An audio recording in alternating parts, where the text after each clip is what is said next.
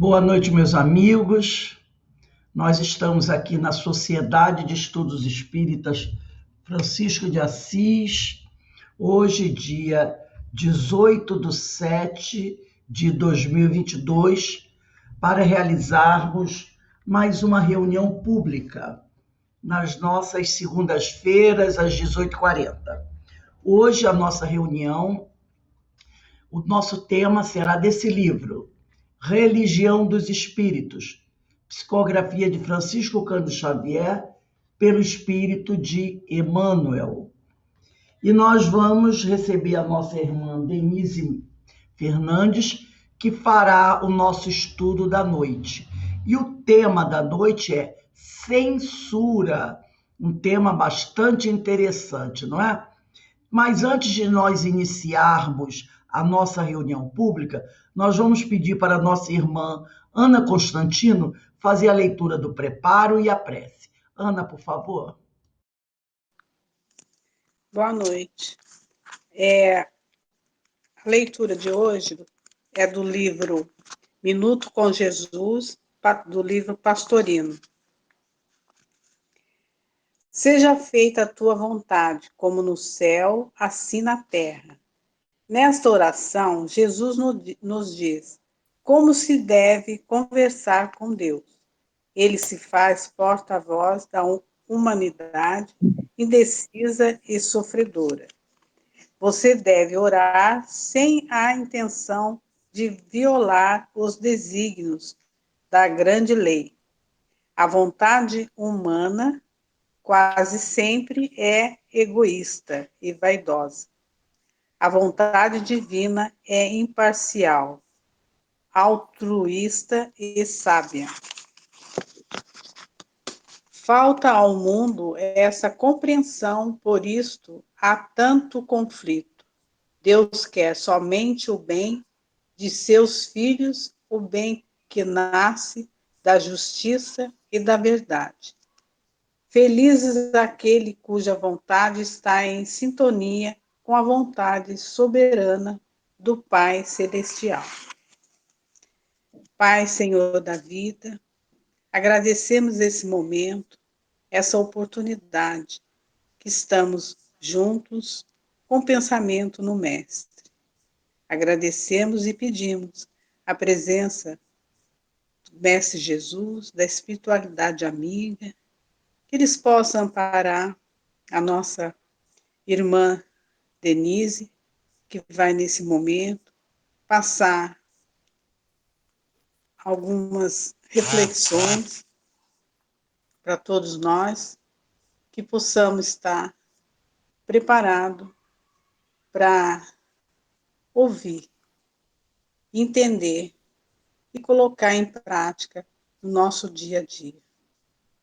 Que Jesus possa estar ao nosso lado, nossos mentores, e agradecendo essa oportunidade de estar nesse banquete espiritual. Fique conosco, agora e sempre. Que assim seja, na graça de Deus. Então, passamos a palavra a Denise. Denise, você tem até 19h30 para fazer as suas considerações. Que Deus te abençoe. Ok, obrigada. Boa noite a todos.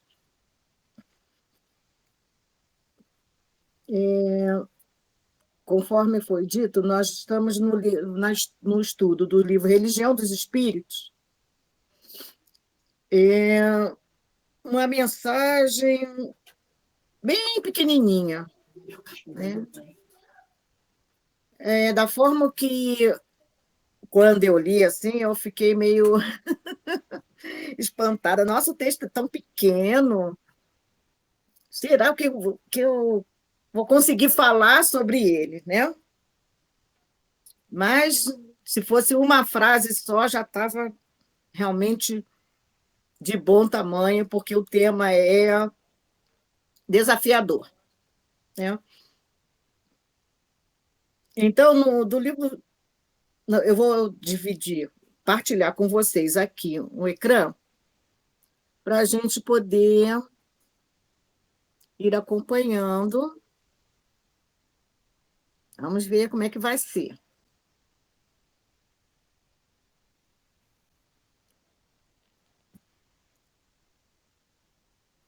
Me perdoem se demorar um pouquinho. Aqui, olha o tema de hoje.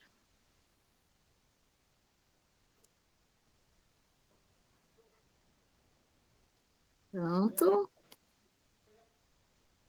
Abrindo. Isso, vamos à apresentação.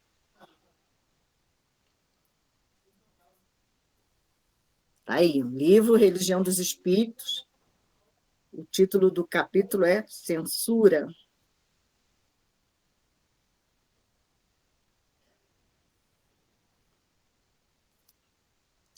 Mas antes de iniciarmos a leitura do texto Censura, nós vamos abrir o livro Fonte Viva, no capítulo 34, que fala sobre esse tema, a censura. E tem como título Guardemos o Cuidado. Mas nada é puro para os contaminados e infiéis, diz Paulo na carta a Tito, capítulo 1, versículo 15. Eu vou entrar aqui com outro perfil, porque eu estou com dificuldade aqui em olhar, né? Eu gosto de ver as pessoas que a gente está conversando, porque isso é uma conversa, não é uma palestra. É uma palestra pública, mas é uma conversa, porque eu não sou palestrante, eu sou estudante, e, por enquanto, a gente faz questão de ser estudante, porque é muita coisa para se estudar, é muita coisa para a gente refletir. E eu vou entrar aqui. Pronto. Vou aparecer 2 vezes.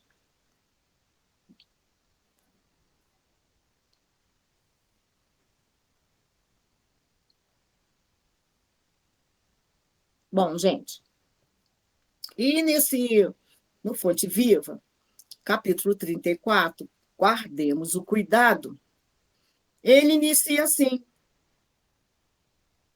Ele quem? Emmanuel, nosso querido Emmanuel. O homem enxerga sempre através da visão interior, com as cores que usa por dentro, julga os aspectos de fora, com as cores que usa por dentro, julga os aspectos de fora. Então, vamos refletir um pouquinho sobre isso. Qual é a visão, qual é a ótica em que o homem julga? Normalmente, através da sua visão interior. Porque ele não pode transpassar, passar a visão, o olhar, o aspecto que ele olha, que ele enxerga, o que ele vai interpretar pela visão do outro, certo? É por suas experiências, é pela sua visão, é pelo que ele tem dentro de si. Então, com as cores que ele usa por dentro, ele vai julgar os aspectos de fora. Você não pode dar aquilo que não tem, né? Você não pode falar daquilo que você não conhece. Normalmente, quando você emite uma opinião, você está utilizando as suas experiências, o que você teve, o que você entende por aquilo. E nada mais simples, né? Vamos dizer assim, que nós, quando emitimos uma opinião, do que falar do que você pensa. E você fala do que pensa, é o que tem no seu coração, que está dentro de si. Então, pelo que sente, o homem examina os sentimentos alheios. Se seus sentimentos são sentimentos de raiva, de rancor, de ódio, ele vai enxergar no outro exatamente os sentimentos que ele tem. É assim, porque você não pode dar o que você não tem, certo? Você só vai falar daquilo que você tem. Na conduta dos outros, continua Emmanuel, supõe encontrar os meios e fins das ações que lhe são peculiares. Quando ele observa o outro companheiro na sua lide diária e tem o hábito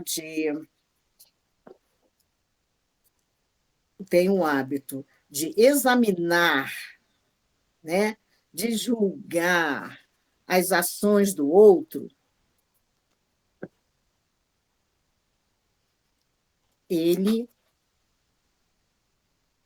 supõe encontrar as ações ou emite sua opinião através das suas ações. O que ele acha errado no outro, provavelmente é aquilo que ele faz.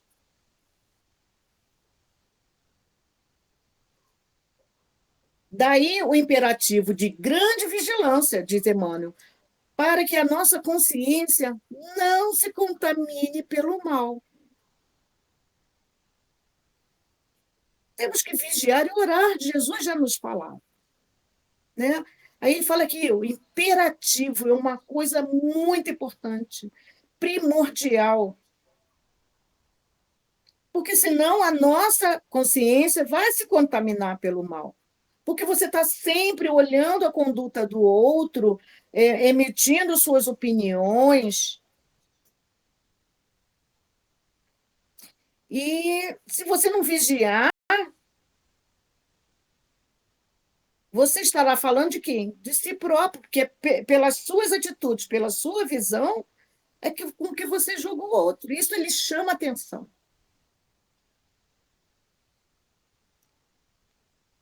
Então, ao observarmos o outro, a gente tem que observar com a visão mais humana, a visão de irmão.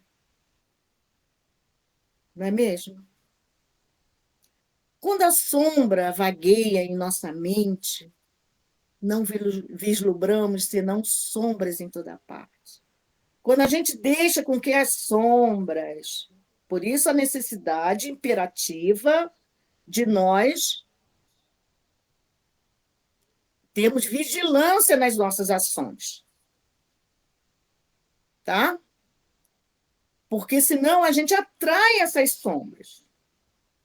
A gente tem que vigiar os nossos pensamentos, a nossa mente, os nossos atos. Senão, o que nós veremos? Se a gente absorver só sombras, só veremos sombras. Junto das manifestações do amor mais puro, imaginamos alucinações carnais. Nós temos sempre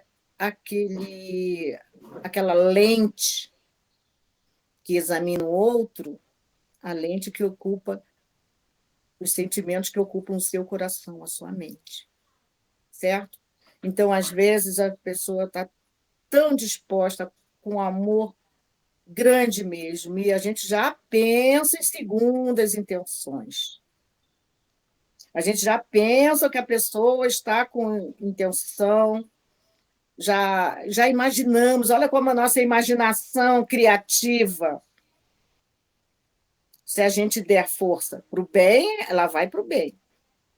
Mas se nós dermos força para a sombra que habita em nós, nós vamos imaginar tudo de ruim para aquela pessoa. E muitas vezes a manifestação é de amor puro. Principalmente nos dias de hoje, em que as pessoas estão tão, vamos dizer assim, reflexivas, né? a respeito do outro. Porque a gente vê, o que a gente vê normalmente, o que a mídia propaga, o que o homem atual tem se preocupado muito é em ter vantagem sobre tudo, né? Tirar vantagem de tudo, se dar bem, ser o melhor de tudo. Então, só ele que pensa, o que ele pensa é o que é certo, o que ele faz é o que é o certo. Ele sabe tudo o que se tem que fazer. E, normalmente, vemos certas ações sempre com um pezinho atrás, achando que a pessoa tem intenção ruim, porque a gente tem o hábito de só olharmos as coisas ruins que acontecem. E sabemos que muitas coisas ruins que nos acontecem são para a gente tirar uma lição, né? São coisas boas para nós, se soubermos aproveitar. Continuando o texto. Se encontramos um companheiro trajado com louvável apuro, pensamos logo em vaidade. Ih, está muito arrumadinho.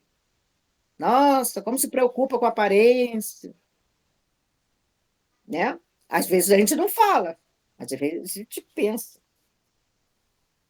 E aí já entrou a o nosso olhar distorcido, mas passa pelas nossas lentes interiores. Ante o amigo chamado à carreira pública, mentalizamos a tirania política. Mas, gente, não tem erro. Não é um amigo. Aconteceu comigo. Uma pessoa de meu conhecimento procurou uma carreira política, falou, ih, já está querendo se dar bem. A gente pensa automaticamente, porque a gente só vê o lado negativo das coisas.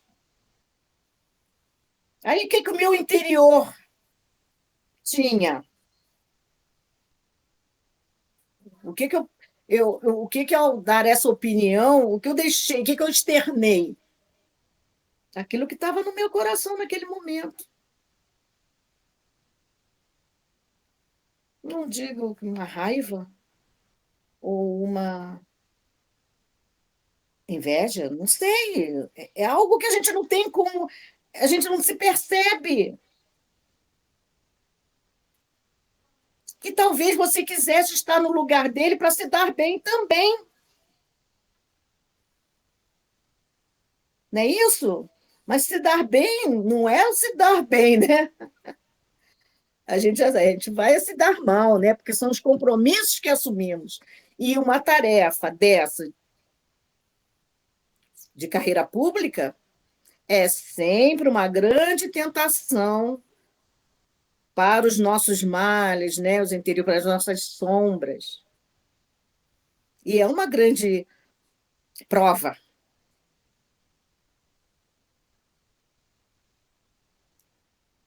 Continuamos com o Emmanuel. Se o vizinho sabe economizar com perfeito aproveitamento da oportunidade, fixamo-lo com desconfiança e costumamos tecer longas reflexões em torno de apropriações indébitas.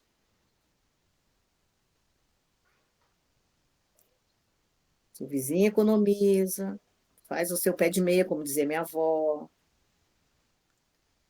não costuma ter gastos supérfluos, consegue com, sei lá, com algum valor, né?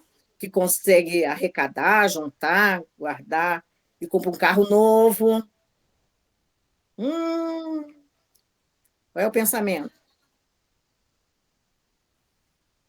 Como será que ele conseguiu dinheiro para comprar aquele carrão? realmente nós ainda temos muito o que nos melhorar nesse aspecto. É de fazer esse esforço realmente e vigiar os nossos pensamentos, vigiar as nossas emoções, para não julgarmos, porque à medida com que julgamos, seremos julgados. Então, a gente tem que aprender realmente a mudar o foco dos nossos pensamentos, dos nossos sentimentos, das nossas emoções, para vermos naquela pessoa o que ele realmente é, ou o que você gostaria que ele fosse, teria satisfação em ver. E tentar conhecer a pessoa para ter, no mínimo, um, uma ideia de como seja a pessoa realmente. Ou se não tiver oportunidade de travar uma amizade, de conversar, porque normalmente a gente olha muito o exterior. A gente olha e só vê o que os nossos olhos da carne podem ver. Mas as aparências enganam, a gente sabe disso. Né? Então, o que a gente tem que fazer de mais prático? Não julgar. Procura se abster o máximo possível de tecer reflexões em torno do que a pessoa pode ter feito, ou pode ter sido, ou poderá ser. É não julgar. Não julgar. Temos que fazer um esforço imenso, né? Um esforço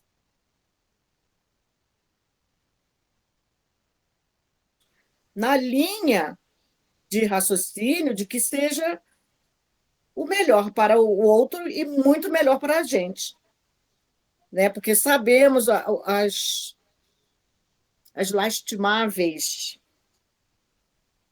os lastimáveis resultados quando a gente se desvia da lei, principalmente com a nossa consciência.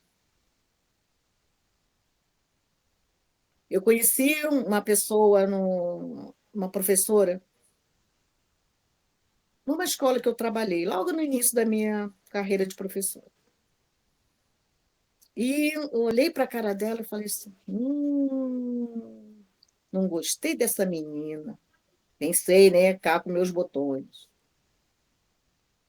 Vocês acreditam que com a convivência, com o conhecimento, com o estabelecimento de relação, de trabalho, ela é uma das minhas mais antigas amigas, amigas mesmo, sabe? Tornou-se uma grande amiga, trabalhamos junto fora da escola, fazendo festas infantis. Então, ela sabe disso, que eu já falei com ela, pois quando eu te conheci, não fui com a tua cara. Quer dizer, foi o pré-julgamento, não é? A gente, pela aparência, ou pelo só um passar de vista, julgar, olhar, analisar. E não pensa que o contrário também acontece contigo.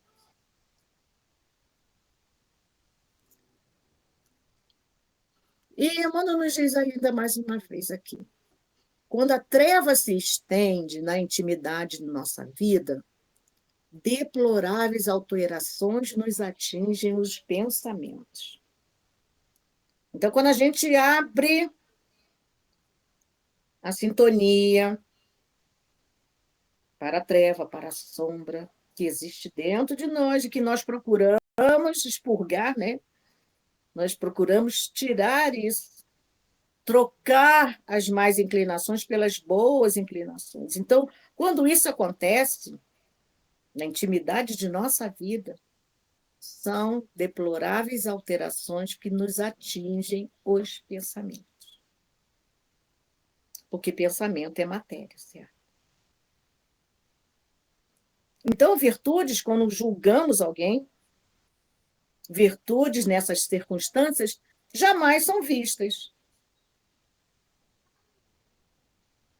Se você julga dessa forma, você não vê as virtudes da pessoa. Para se conhecer a pessoa, é preciso se aproximar. E para se aproximar, é preciso de quê? Estar com o coração aberto para aceitar a pessoa do jeito que é. E para ver no outro o que é bom.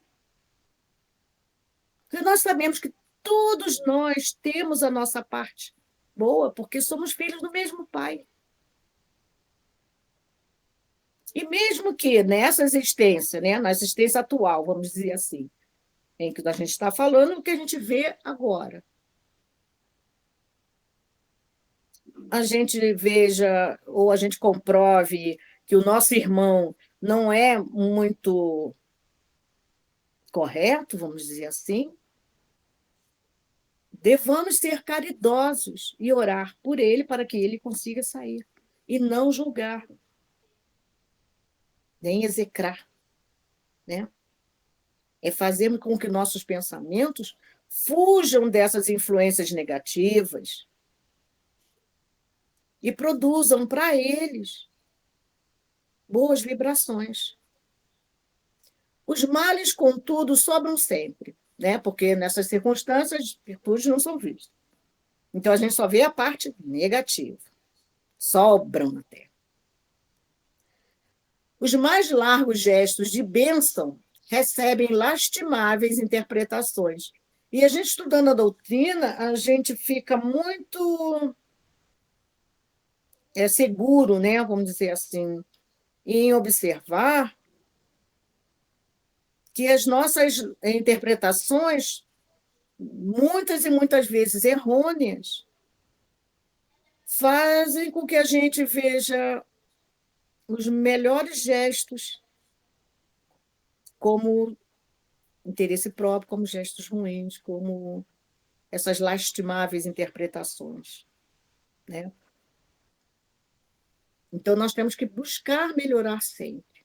Então, ao final dessa mensagem, Emmanuel diz assim: guardemos cuidado, que ele é assim, né? Emmanuel vai lá, puxa bem a nossa orelha, coloca o pensamento para se conhecer, se olhar firmemente, e depois ele nos auxilia a melhorarmos esse padrão de pensamento, de reflexão, né? Ele diz assim: guardemos cuidado toda vez que formos visitados pela inveja, pelo ciúme, pela suspeita ou pela maledicência. Casos intrincados existem nos quais o silêncio é um remédio bendito e eficaz, porque, sem dúvida, cada espírito observa o caminho ou o caminheiro segundo a visão clara ou escura de que dispõe. E eu me lembro de uma enquete que nós tínhamos uma oficina de artes no CEOI. Nós estudávamos, era um grupo bom, muito gostoso, olha, muita saudade. E Valéria e Marcela fizeram uma esquete sobre duas senhoras, duas irmãs, se eu não me engano, que estavam observando, tomando café. Essa já é conhecida, né? E todo dia uma falava: nossa, mas essa vizinha não sabe lavar roupa. Lembram disso? Nossa, todo dia sentava. Aí um dia ela chegou: caramba, não é que ela aprendeu a lavar roupa agora? Aí a irmã fala assim: não, minha irmã, eu tenho visto você falar todo dia sobre isso. E eu resolvi limpar a nossa vidraça. Então, não era a roupa da vizinha que estava suja, era a vidraça dela. Então, a lente que ela tinha, a visão que ela tinha da vida do outro, não era o que era realmente. Né? Então, não devemos julgar. Foi muito interessante na época que eu não conhecia essa história, e é uma história que representa bem essa visão nossa, deturpada que a gente tem do outro. Então, não julguemos. No Livro dos Espíritos, no item 906, tem essa pergunta, essa questão muito interessante que Kardec nos faz. Por favor, Fernando, você pode pegar o Livro dos Espíritos para mim e o Evangelho? Obrigada. A pergunta é: incorre em culpa o homem por estudar os defeitos alheios? Então, essa pessoa que observa os defeitos do outro, ele tem culpa? Ele é culpado? Ele vai se sentir uma pessoa ruim, vamos dizer assim, porque está estudando os defeitos alheios? E os espíritos respondem: incorrerá em grande culpa se o fizer para os criticar e divulgar, porque será faltar com a caridade. Se o fizer para tirar daí proveito, para evitá-los, tal estudo poderá ser-lhe de alguma utilidade. Importa, porém, não esquecer que a indulgência para com os defeitos de outrem é uma das virtudes contidas na caridade. Se divulgar, criticar e divulgar, obrigado, Fernando. Se divulgar e criticar, será falta de caridade, faltar com a caridade. Agora, se você observar e guardar para si, tirar proveito, não fazer o que o outro está fazendo, não ser do jeito que o outro é, procurar se melhorar, então tem alguma utilidade. Mas se faz com indulgência e não julgando, né? Porque isso não é caridoso. Na questão 904, Kardec ainda pergunta aos espíritos. Continuando aí, 903, né? Vamos lá, 904. Incorrerá em culpa aquele que sonda as chagas da sociedade e as expõe em público? Os espíritos respondem: depende do sentimento que os inspire. Então, qual é o sentimento que você tem para expor em público? Falando, está sondando as chagas da sociedade. Se o escritor apenas visa produzir escândalo, trata-se de um prazer pessoal que proporciona a si mesmo, apresentando quadros que constituem antes mal do que bom exemplo. O espírito aprecia isso, mas pode vir a ser punido por essa espécie de prazer que sente em revelar o mal. Eu creio que nessa época é quando Kardec era bem criticado, né, pelo jornal, pelos amigos, aquelas críticas sobre o espiritismo, né? Então, ele pode ter ajudado aí a ele a formular essa pergunta. Isso é uma interpretação minha. Nesse caso, como julgar a pureza das intenções, esse no 904A, e a sinceridade do escritor? Isso nem sempre é útil. Se ele escrever boas coisas, aproveitá-as.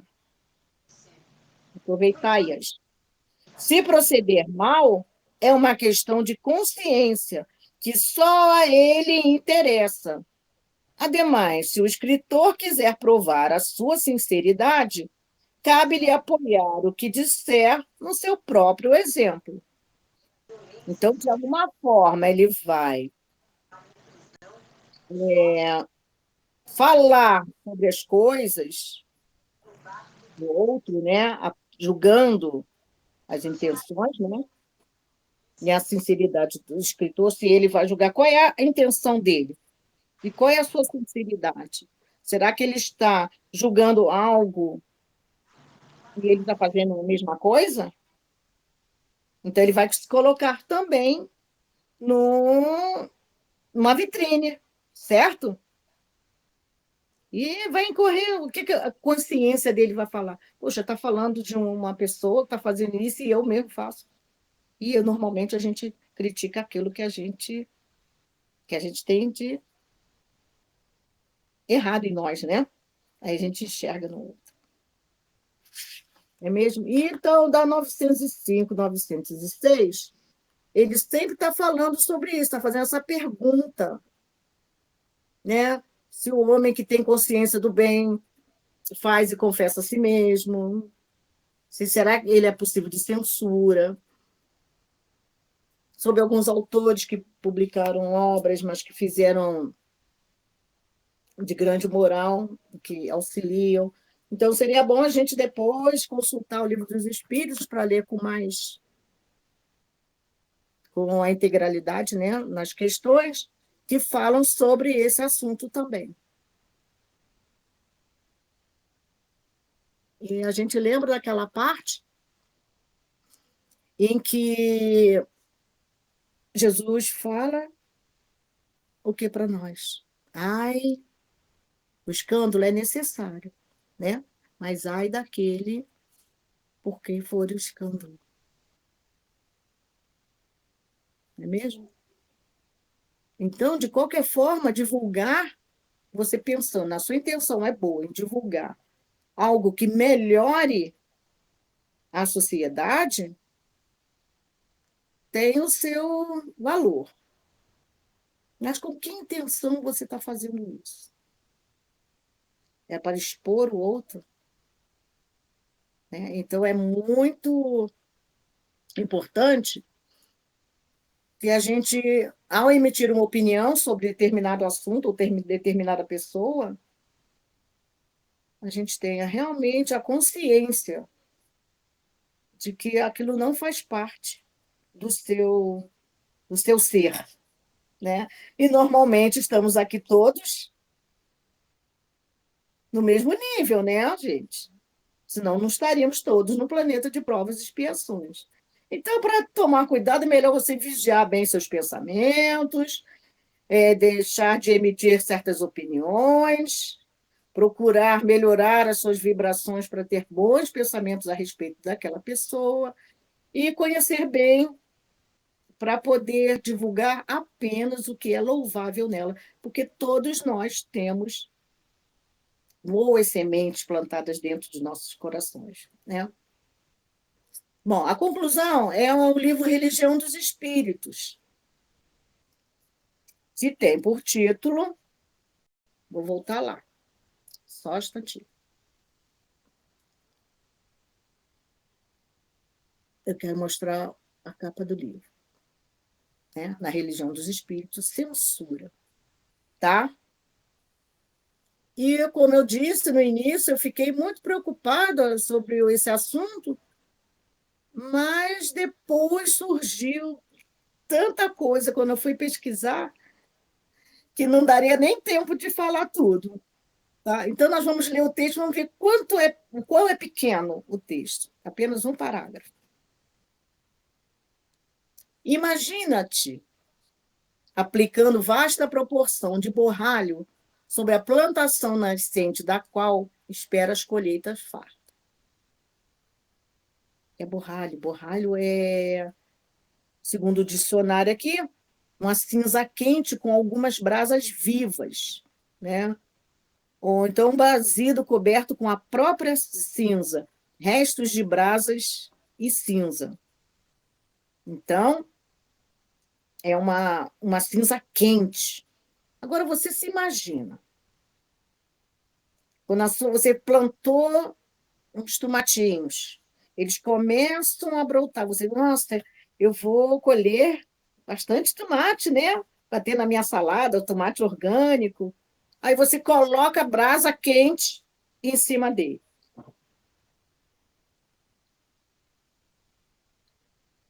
Ou então servindo líquido antisséptico na água destinada àqueles cuja sede te propões a extinguir.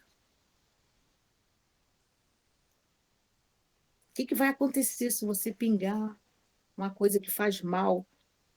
Você quer ajudar a pessoa a matar a sede, mas você pinga uma coisa que faz mal àquela pessoa. Mas a sua intenção era aplacar a sede daquilo. Ou misturando certa quantidade de cal bruta à refeição do companheiro de quem desejas matar a fome. Cal bruta na alimentação, e você quer ajudar a pessoa a matar a fome. Deitando fel na iguaria, endereçada ao vizinho, a quem almejas agradar, ou vestindo alguém, ao que desejas agradar. Almejas agradar. Você quer agradar um vizinho, não está bem, está doentinho, vai lá, faz um bolo, mas na fórmula do bolo pinga uma gota de fel. A sua intenção é agradar. E ele diz também, ou vestindo alguém com determinada peça forrada com alfinetes espetantes. Então, se você imaginar isso tudo, todas essas cenas que ele põe aqui para a gente vai compreender, e ele continua, e compreenderás certamente o que seja a prática da censura incorporada ao teu propósito de servir. Então, são coisas que não coadunam. Se você tem a intenção de servir ao teu próximo, ao teu irmão, e você tem a prática da censura no comportamento de cada um. É como você tivesse vestindo alguém com uma roupa, a pessoa está com frio, você pega uma roupa quentinha, veste a pessoa, mas está cheia de alfinete espetando. Então, uma coisa não combina com outra, né? Se você tem o propósito de servir, você não pode deixar que a censura se estenda.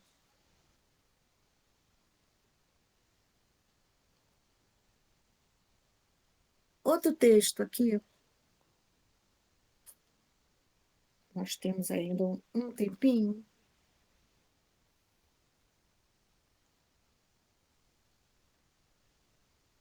Ah, o Office não achou esse texto.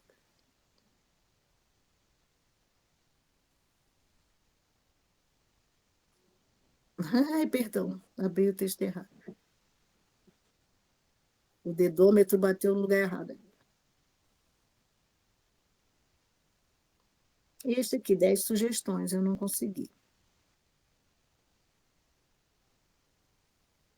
Ok, deixa eu ver se ele está aberto aqui. Um momento, gente. Que eu não enxergo bem, quando fica assim, fica pequenininho.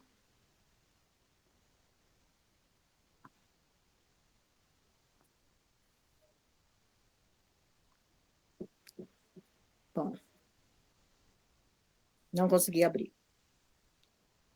Então, no Evangelho segundo o Espiritismo, no capítulo Bem-aventurados que são misericordiosos, não julgueis para não serdes julgados. Atire a primeira pedra aquele que estiver sem pecado. No item 13,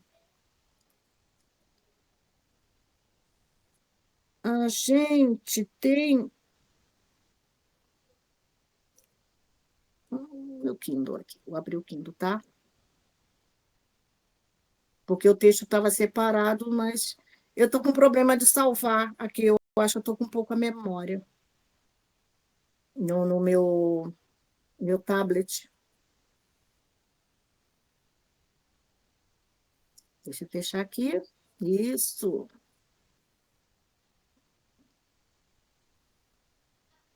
Perdão, gente, Evangelho.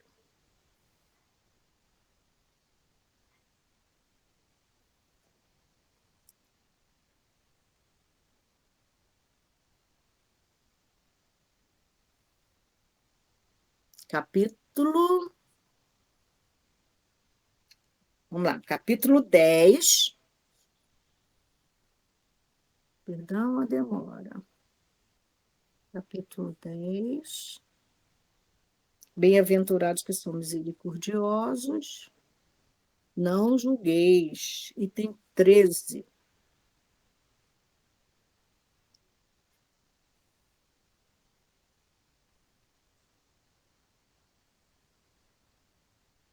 Atirei a primeira pedra. Deixa eu aumentar aqui a letra para a gente enxergar melhor.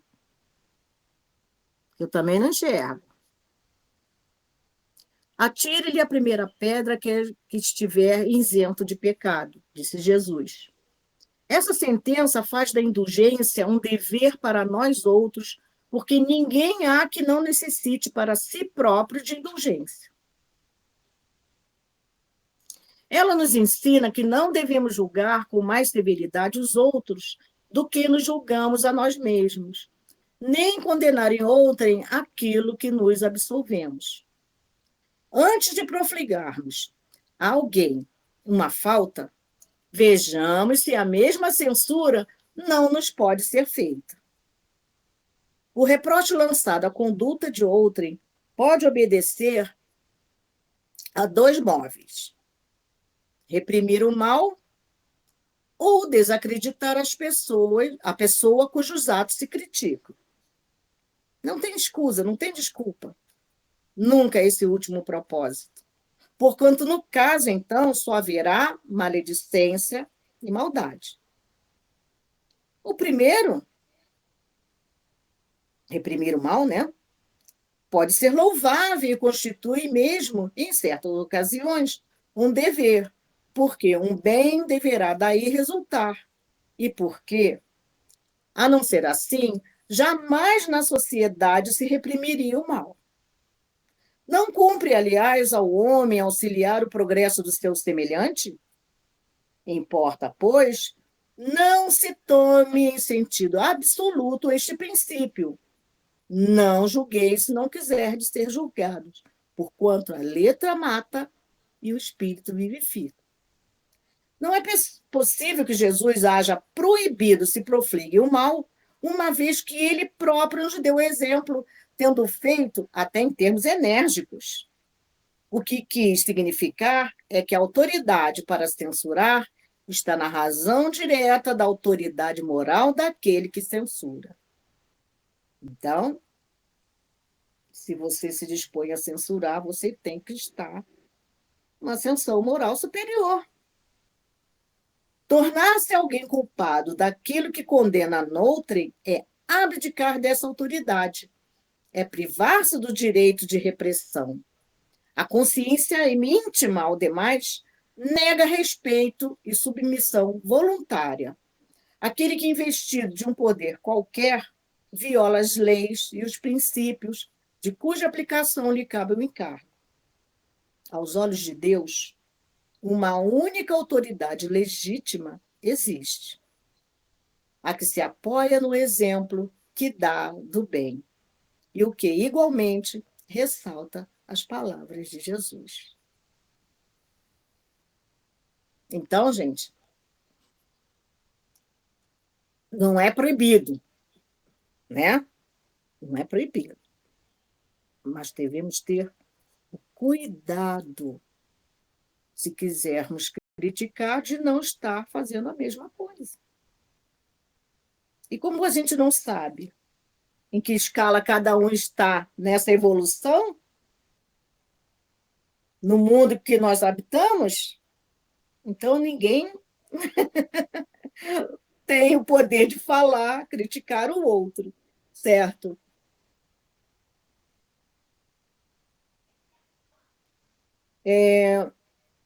No livro Espírito da Verdade, André Luiz, também nós temos um texto chamado Crítica, no item 23.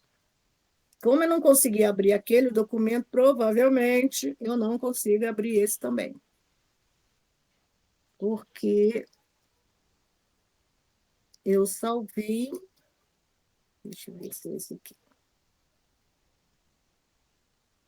Tá, aqui tem as 10 sugestões. Foi o de André Luiz. Isso. André Luiz. Então, André Luiz nos dá 10 sugestões. Eu tirei do site da Bíblia do Caminho, Testamento Xaveriano. Né? O nome do livro é Passos da Vida e tem autores diversos. E André Luiz nos traz esse texto de número 12, que se chama 10 sugestões. Então, ele vai nos dar 10 sugestões para a gente meditar antes da crítica. 1. Se colocar, né? Colocarmos no lugar. Eu estou tentando colocar a maior letra possível. Colocar-nos no lugar da pessoa acusada, pesquisando no íntimo quais seriam as nossas reações nas mesmas circunstâncias. Colocar no lugar da pessoa, né? A empatia. 2.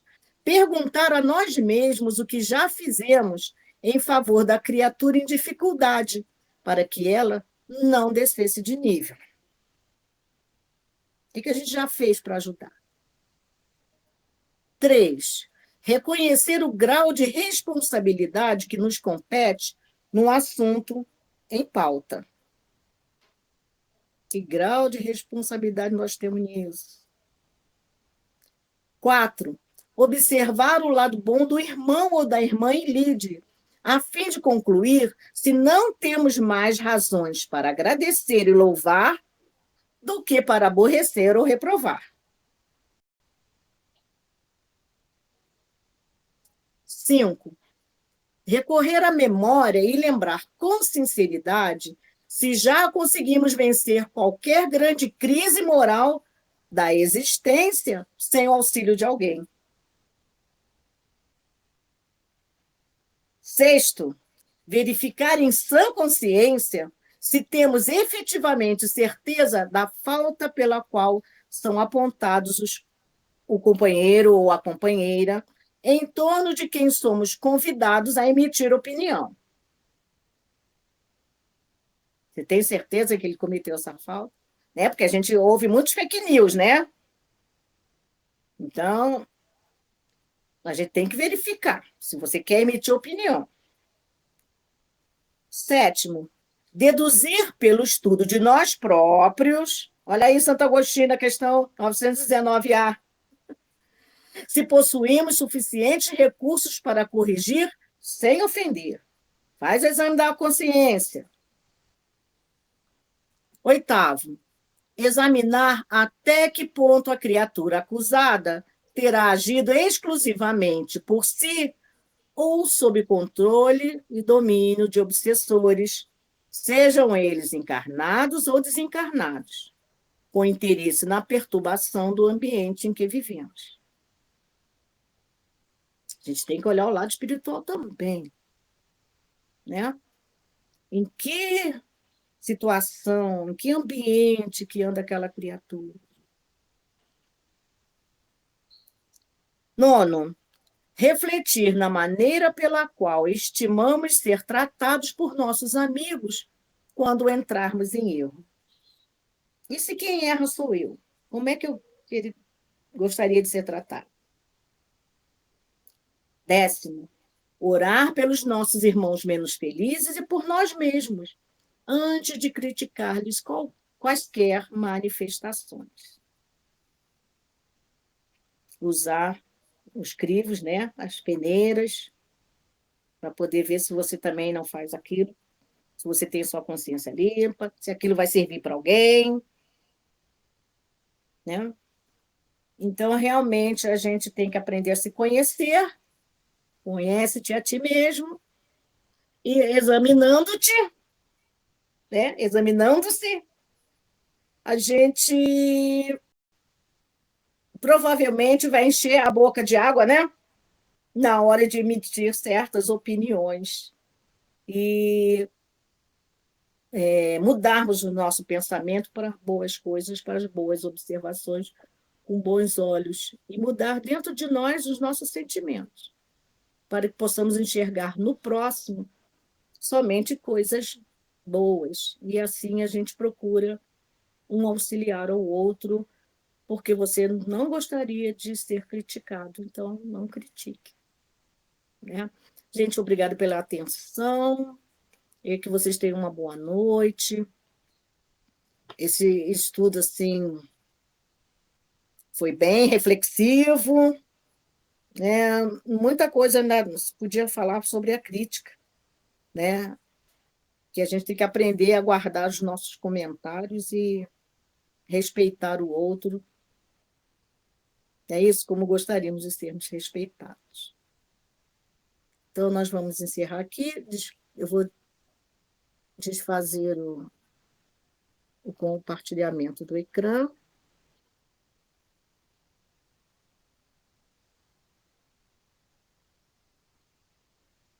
Pronto. Deixa eu procurar aqui para eu sair da reunião. Prontinho.